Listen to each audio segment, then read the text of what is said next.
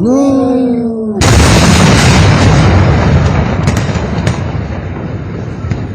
¡Corra, guacho, corra! ¡Vas a hacer! ¡Wow! ¡Oh!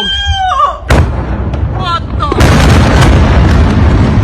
Holy shit!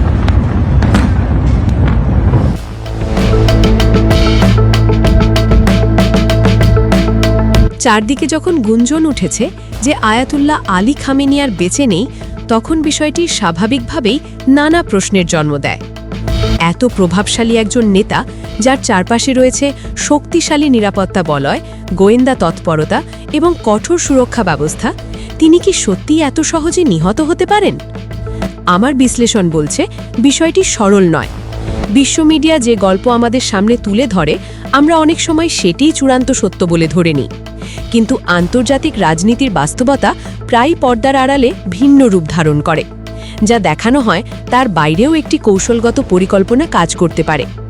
ইরানের নিজস্ব টেলিভিশনেও যদি তার মৃত্যুর খবর প্রচারিত হয়ে থাকে, সেটিকে সরাসরি গুজব বলা কঠিন, বরং এটি একটি রাজনৈতিক সমীকরণের অংশ হতে পারে। প্রশ্ন হচ্ছে, কেন এমন সমীকরণ তৈরি করা হবে? একদিকে দেখা যাচ্ছে ইরানের যোদ্ধারা আমেরিকা ও ইসরায়েলের ঘাঁটিতে বেপরোয়া হামলা চালাচ্ছে। যদি সর্বোচ্চ নেতা সত্যি মারা যেতেন, তাহলে এই হামলার পেছনে শোক বা প্রতিশোধের যুক্তি দাঁড়াতে পারত। কিন্তু আমার বিশ্লেষণ অনুযায়ী মূল বিষয়টি মৃত্যু নয়, বরং হত্যা চেষ্টার অভিযোগ বা চক্রান্তকে কেন্দ্র করে প্রতিক্রিয়া সৃষ্টি করা। ধরা যাক তার মৃত্যুর সংবাদকে সামনে এনে একটি আন্তর্জাতিক বার্তা দেওয়া হচ্ছে যে ইরান তার সর্বোচ্চ নেতার বিরুদ্ধে চক্রান্ত মেনে নেবে না। এতে করে পার্শ্ববর্তী দেশগুলোতে অবস্থিত আমেরিকান ঘাঁটিগুলোর ওপর হামলার একটি কারণ বা উপসর্গ তৈরি হয়। যদি সরাসরি হামলা চালানো হতো, তাহলে সংশ্লিষ্ট দেশগুলো একে শত্রুতামূলক আক্রমণ হিসাবে দেখত এবং পাল্টা প্রতিক্রিয়া দিত। কিন্তু নেতার মৃত্যুকে সামনে রেখে হামলা চালালে দোষের তীর আন্তর্জাতিকভাবে অন্যদিকে ঘুরিয়ে দেওয়া সম্ভব হয়।